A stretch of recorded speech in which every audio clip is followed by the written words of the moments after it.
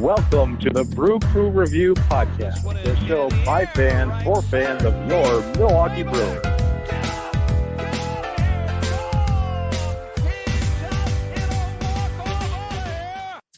All right, Brewer fan, welcome to the Brew Crew Review Podcast. This is Craig, and joining me is my co-host Vince Travato. How are you doing? Hey, Craig, I'm doing great. And hey, Scotty and Chad, are they on, I assume, here as well? Someday soon. Hopefully we'll get those guys back in the fold. All right. For now, Milwaukee Brewers baseball 2023. It's the Brewers are about to embark on a homestand here. I'm hoping to go to the second game of the homestand against the Orioles. Burns on the bump. It's tomorrow night, so we're taping this on Wednesday. On Tuesday, the 6th of June. Yeah, and so the Brewers just got off the last road trip. They did just win the series in Cincinnati, and I believe that they did have a winning road trip. Where they go 4-3 in Toronto and Cincinnati. Yeah. So successful at that. We're kind of piecing this together. I guess I'll start by mentioning Julio Teheran had a third pretty quality start, even though we did lose yesterday's game.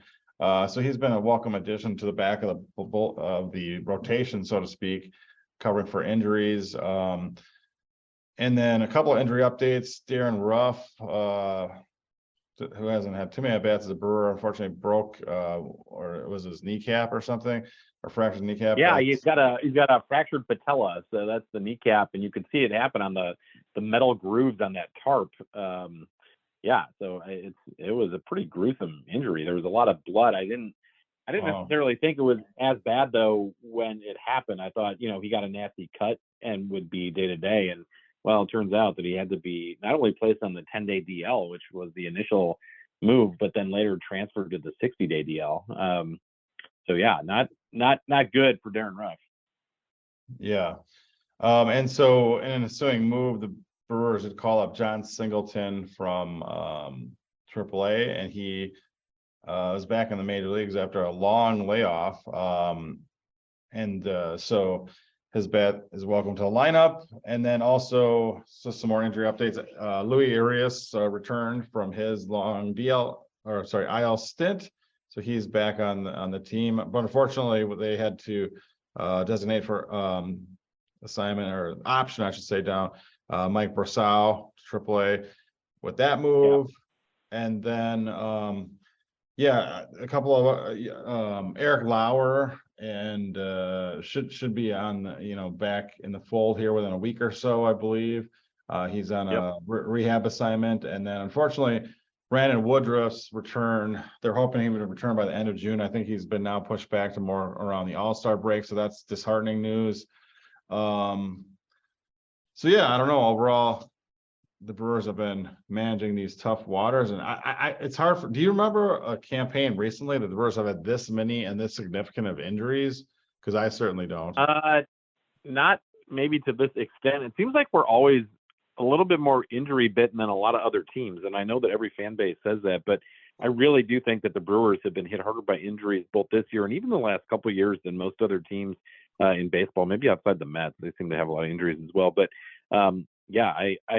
if you go up and down our lineup, it's like, okay, Urias is coming back, but Adames is hurt, and we've got some depth now with Darren Ruff, and then he gets hurt, and it just keeps happening. So I don't know. I've been actually pleasantly surprised. At least in the series in Cincinnati, with a couple other guys that you didn't mention yet, Craig, that did get called up because of injuries in the past week. Andrew Monasterio and Blake Perkins returned to Milwaukee. Monasterio was making his big league debut after kind of a neat story. He's been a career minor leaguer and spent, I think the last 2 or 3 seasons in the Brewers organization, and was able to come up and collect his first major league hits and home run in the Cincinnati series. And Blake Perkins had a nice grand slam on Saturday's big win in Cincinnati as well. It turned out we needed those runs. Yeah, it does. It certainly did. And so, no, just such freaky accidents. I mean, I should mention Willie Adamas should be coming back somewhat soon too, probably within the week. But I mean, talking about Willie getting hit in the face with a line drive in the dugout. You're talking about Ruff running into a tarp, breaking his knee, and even for our podcast, I mean, Scott being Yeah. involved in that bizarre grilling accident with he was making the ribs or whatever. Yeah, I mean, his vocal cords are pretty shredded at this point, but once he recovers from that, I hope be back. get him off of the Brew Review IL for sure. Yeah. And thanks to his interns, Fantasia and Silk, who are, performing their duties as necessary here on the podcast. But yeah, I think the Brewers have been injury bitten. It certainly seems that way this year. I think that there's been, even other weird injuries, like before he was released, and that's another transaction we have to update here on our show. Luke Voigt had a weird neck injury, and yeah, Jesse Winker has he's currently on the disabled list with a neck injury. We've got, 3 guys, maybe more, if you counted depth guys like Ashby and Jason Alexander on our from our starting rotation on the disabled list, along with Lauer and Woodruff and Wade Miley. And yeah, it just seems like one thing after another. I know that even our bullpen has been hit with Matt Bush being on the DL. Just a number of guys. It's a long list. Glad to see Urias back. Things have changed from the 90s. I mean, you can't even throw a gold chain around your neck without sustaining some kind of neck injury these days. So I mean, yeah, unbelievable. But no, the Brewers are hanging in there, and I know we're jostling for first place with the Pittsburgh Pirates of all teams. And kudos to them. I mean, they brought back Andrew McCutchen, who spent some time, of course, with the Brewers a season or so ago, or a couple of seasons ago, and he's having a little bit of a resurgence back at his old stomping grounds in Pittsburgh, and they've really had a breakout in there. And Mitch Keller, a longtime pitching prospect, who's really pitched almost like an NL Cy Young so far this year. So, I mean, but with that being said, my concern still lies with the St. Louis Cardinals, who are not really. They had a decent beginning month of, or I should say, a decent month of May after a horrible April, but now back here in June, they're not faring so well. In fact, the Pirates, I think, went in and swept them recently. So, I mean, that's all good news, I think, for Brewer fans overall. And obviously the Cubs and the Reds aren't quite there as contenders yet, I don't believe. And so I still feel like this is definitely our division for the taking, but we've got to get healthy, and we've got to, possibly, make some additions to this ball club in some form or another to, make our offense more proficient and consistent, I guess, overall. We seem to be really susceptible to left-handers overall. Yeah, exactly. And we've always, I don't know if it's ever since I was a youth, but it seems like rookie pitchers, especially ones making their major league debut or whatever, like just have their way with the Milwaukee Brewers. So it's just like a rookie left-hander then came at us in the 4th game of the Red Series, and I'm like, oh, we have no chance against this guy, and that was absolutely correct. I think we had 1 hit in 6 innings or something. So absolutely ridiculous. Yeah, well, I will say that Abbott's a pretty well positioned prospect. I think he's going to be a pretty decent pitcher. But yeah, you're correct. It seems like as Brewer fans, we can also always pencil certain things in on the calendar. Struggle against lefties, bad West Coast road trips, and any pitcher making his big league debut not going to go well for the Brew Crew. And that you will be upset in the draft. Those are the kind of cardinal, and at the trade deadline. Those are the sort of the 5 things that I look forward to every season on some level. So yeah, it's just things we have to deal with as Brewer fans. Yeah, certainly. So yeah, luckily, Corbin Burns has been staying healthy. Freddie Peralta, he's had a little bit of rough patch here. But like I said, some other guys are stepping up. Adrian Hauser has been pitching fairly well, and Julia Teheran has been a nice addition, like I mentioned. From the offensive side of things, it's like it really feels like we need a shot in the arm from somewhere. And you mentioned Monasterio or whatever, and Singleton still really hasn't gotten in a groove, but you never know. We can get some contributions from some of these new guys. It really just seems like we're cycling through a bunch. I mean, I don't know how many different starting lineups we've had this year, or even different. On top of the number of different people on the 25-man roster, it seems like it's been a lot. Yeah, it has. And I know Scotty's interns can do some research on this, but There was another stat that they brought to my attention earlier this week, and that is that for the first time, I believe in Brewers team history, every player on the Brewers 40-man roster was either had played in the big leagues this year or was on the disabled list. Every single player. So there was nobody that was playing, or that there was nobody that was on the 40-man that has not appeared in a Brewers uniform at some point during the year or who wasn't injured. So yeah, it was a weird. And again, this almost this is, I think, mostly due to injury and other ridiculous, rotational corner infield type stuff. But if you really look at it, step back and look at it, it's like that same Rays philosophy where, like, when they construct as an organization their 40-man roster, they're really looking to use every person on that 40-man at some point during the season. And it's almost like a competitive advantage. I don't think that this is necessarily the Brewers case this year, but if you look at how the Rays use guys with options, and they'll bring up fresh bullpen arms and use them, or fresh starters, spot starters, whatever. And then they'll send them down, for more work or whatever, and they'll really utilize the guys in their 40-man a lot throughout the course of a season. And if you see the Rays this year, they're having phenomenal success, and they've really been a perennial playoff team for quite a while now. And I really think that the Brewers brass of Arnold and Stearns, who both came from the Rays organization, have carried over a similar philosophy where they really want to have a strong 40-man roster, really interested in versatility and depth, especially in the offensive positions. And guys emerge. Like, if you look at a guy like Owen Miller, I mean, to start the season, he was kind of buried on the depth chart. I was like, I like this guy, but I don't know if he's gonna get very much at bats. And if you look where he can play, he's like all over the infield. He's even playing some outfield for us. And now with the DH, I mean, we can get his bat in the lineup almost any day at some fashion. Obviously, injuries add to that. But if you're a good player on the 40-man roster, you're going to get some opportunities if you're with a ball club like the Brewers or the Rays, as examples. So. Yeah, definitely. And, it seems like the Brewers have kind of adopted a lot of the Rays mentality. I think that you've seen that in some of the starting rotation decisions over the past few years. But overall, it is, I think, especially just due to injuries at this point. I think that, for an organization that prides itself on depth, and you hear that word routinely used by the Brewers front office, you also are seeing that severely tested. So it is proving the need for that depth. I, for one, am shocked at the amount of depth our starting rotation had going into the year, and how that has already been not only tested, but we've had to add to that depth. And thank goodness for Julio Teheran. I know you mentioned it briefly, Craig, but I do want to, give some props to him. He's made 3 appearances as a Brewer so far. His win-loss record is 1-2, but he's sitting at let's see, his ERA is 1.56 at this point in his 3 starts. That's with over 17 innings pitched. So I have been impressed. He's actually a fun guy to watch too. I really enjoy watching him pitch. I think that he may be a guy that the Brewers will leave in the rotation in some capacity, even after guys do start to return from injuries. And certainly he'll be part of that mix going on throughout the course of the season. So yeah, I've been very impressed with him. Yeah, absolutely.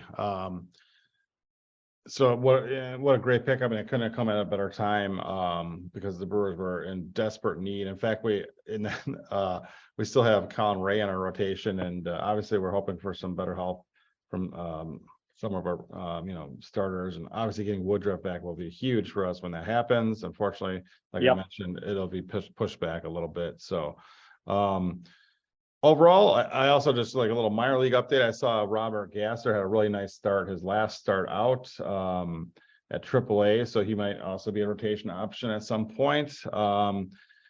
Jackson Trio, obviously our best prospect, had a rough go to start the season, but he's really rebounded. And I think because of his rough start, I would be shocked if we see him this year.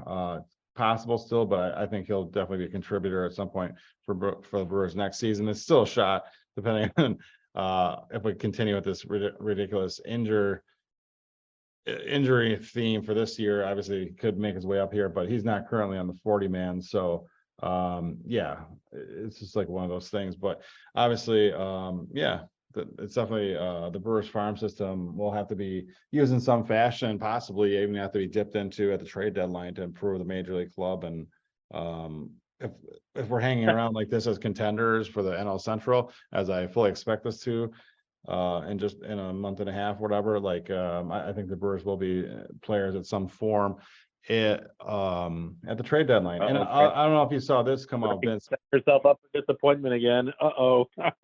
It's not going to happen. I don't know why we always think that every season, but it seems like the MO of the front office is to do things to not improve the team at the deadline. And we all got so severely disappointed last year with the Josh Hader trade to the Padres, and then not picking up anybody else to help the team outside of Matt Bush. And here we go again.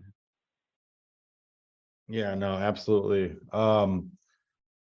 But with it, I don't know if you saw this article come up, but it was stated that the Brewers do not plan. No, Willie Adames, Brandon Woodruff, and Corbin Burns, arguably our three best players on the team, are all due to become free agents at the end of the 2024 season. With that being said, they're now we still have a year and a half control of them, which is the same amount that Josh Hader had when we traded him last trade deadline. So the Brewers brass got out in front of it and said that they do have no plans on trading either of those big three guys at this year's trade deadline. Talking to Scott before he lost his vocal cords, he kind of thinks that that's just something that they're putting out there now, and if the Brewers do not do well in the next month, they can always say, oh, well, we changed our mind or whatever. But what are your thoughts on that statement? Do you think that's something they're really going to stick behind, and that they're really hopeful that they're going to make a run into the playoffs this year because of that? Well, I don't know that Scott's really following it, given his lack of interest in baseball at this point. But I do think that I did speak to our anonymous source, Tom Carter, and he, as you know, has worked for the team for many years, and he said that that's sort of a front. He thinks that the Brewers, they were surprised. They were genuinely surprised by the fans' reaction, the negative reaction that they received after the Josh Hader trade last year. And here we are again, a first-place team going to the deadline. Not a great team yet. I think that there's potential to be a better team than we're showing, but, still a team that is, well, I guess we're not technically on top of our division. We're a half game back, but, right, certainly in the mix and in the pennant chase that has these guys under cost control. My guess is that they're going to stand pat at the deadline, not trade these guys, and not do anything to improve the team, to be honest, either. So that's, we're sitting in early June still at this point, so lots of time between now and the deadline to see that change one way or the other. I would be surprised if they do end up trading Burns, or I should say Adames at this point. Burns, he just looks like he doesn't want to be here, quite frankly. I think it's a foregone conclusion that he's not going to re-sign with the team because of how things played out in the arbitration process. And again, that's what our anonymous source, Tom Carter, told us. And I just find that if anyone's going to go, I think it's him. But I don't think that we're there yet. And I'd be surprised if he was moved this year at the deadline. But I certainly don't think that the Brewers are going to be hyper aggressive at the deadline this year either. It's just not how they operate, and we get the same message. And I don't even know that we really have the key prospects outside of Trio who are obviously not going to trade to even be super big players. I don't think we're going to land any big names or whatever, but I think that there'll be tinkering type improvements and additions to the lineup, especially on offense and bullpen, to help the team out, I would say. So I don't think that we're at this point going to go any type of huge sell-off mode this season. Next off season and next trade deadline, I think all bets are off. Obviously, with those, as a small market team, you can't let all three of those guys walk without getting something in compensation for them. And of course, there's still a chance we could sign any of those guys to longer term deals before that point. Obviously. Well, you can actually let them walk. You can. I think it's okay to let them walk. If we're in first place, for instance, next year, I think it's totally fine to take your chances with them in the playoffs and maybe take a stab at signing one of them and see what happens. I would not trade anybody if we're leading the division next year at the deadline and these guys are pitching well for us, or in Willie Adames' case, hitting well for us. I think that the whole point of having good players is to make runs to the postseason. So no, I think there is a definite scenario where you let them all walk, and that's if we're playing well. So I'd be totally fine with that scenario. Well, I do agree with that as a good strategy, or a viable strategy, even for a small market team, with the fact that Major League Baseball still has in place the whole, offering them you get compensation if they turn down your qualifying offer, or as impending free agents or whatever. So